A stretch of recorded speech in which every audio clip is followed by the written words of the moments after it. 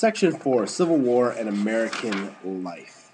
What was life like during the Civil War? How did it affect people? How did it affect politics in the North and the South? So the first thing is the divisions. In the North, some people opposed the Emancipation Proclamation. They didn't want to free slaves. They believed the South had a right to secede.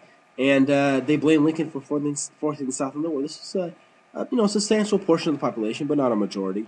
And Northern Democrats opposed the war were called Copperheads by everybody else. In the South, there was less support. In the South, less supportive of the war. There was a poor backcountry and regions with few enslaved peoples. They didn't feel that the war was, or that the South should have seceded in the first place.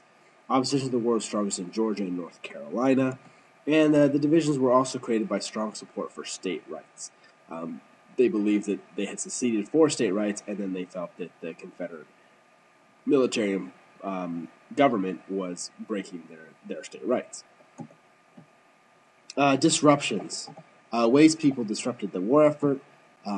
There was encouraged soldiers to desert, helped prisoners of war escape. They tried to prevent men from volunteering, and they held peace protests. Both sides dealt with disruption in some area by suspending habeas corpus. If you remember, habeas corpus is the right to be told what you're being accused for, to have a lawyer, and all that kind of stuff. Okay?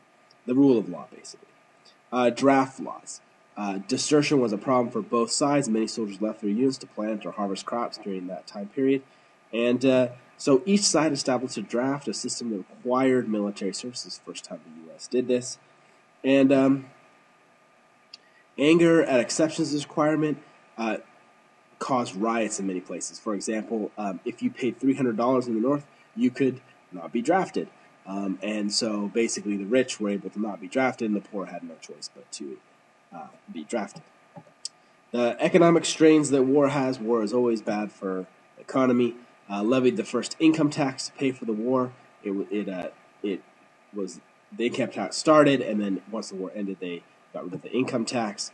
The Union printed large amounts of paper money, causing the cost of goods to increase. There was inflation. And the Union blockades of the South caused shortages and made goods very expensive. The South economy was, at the end of the war, was eventually devastated by the blockade and also by the total war that we're going to talk about later. Women in the Civil War had a number of contributions. Some disguised themselves as men to join the army. They became spies. They took over businesses and farms as men were away. They worked in factories as men were on their way to war. And barriers for women fell, especially in the field of nursing and teaching. And so this is the first time you have the Red Cross in the United States.